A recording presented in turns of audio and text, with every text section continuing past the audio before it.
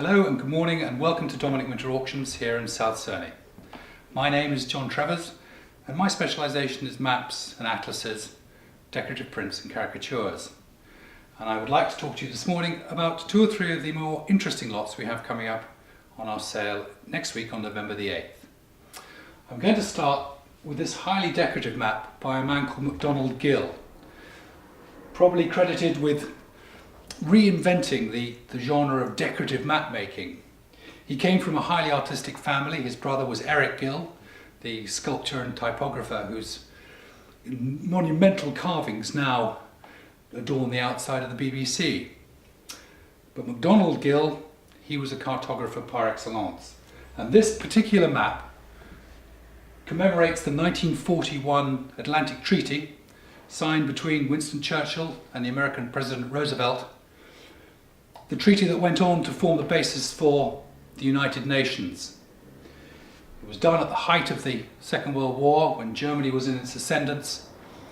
And this was a gesture of confidence between the Allies that they would eventually triumph.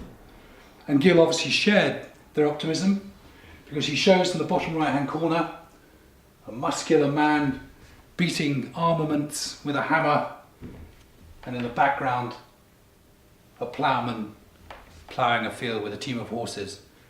A clear nod to the book of Isaiah and the quotation of turning swords into ploughshares.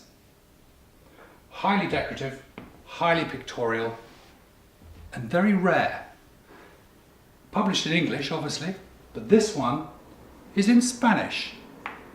And I'm sure the number of copies sold in Spanish were very few. And as a result, we expect a great deal of interest in this map on Wednesday.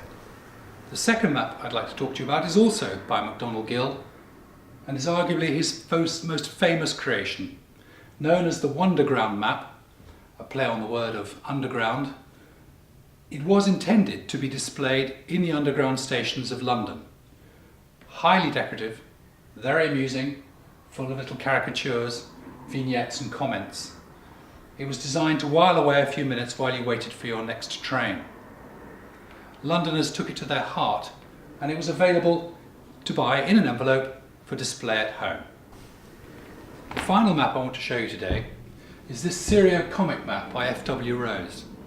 Published in 1877 at the height of the Russo-Turkish War, it is a map that shows Russia depicted as an octopus, with its tentacles reaching across Europe, particularly into Turkey, trying to grab territory. And this conceit of a cartographic cephalopod was used again and again and again, but this is the first time it appears in maps. Printed in colours, highly graphic, highly pictorial, and tells you everything you need to know about the threat that Russia posed to Europe at the end of the 19th century. And if these brief descriptions have piqued your interest, we would be delighted to see you here in South Cerney on Wednesday, the 8th of November at 10 AM. Thank you for your time.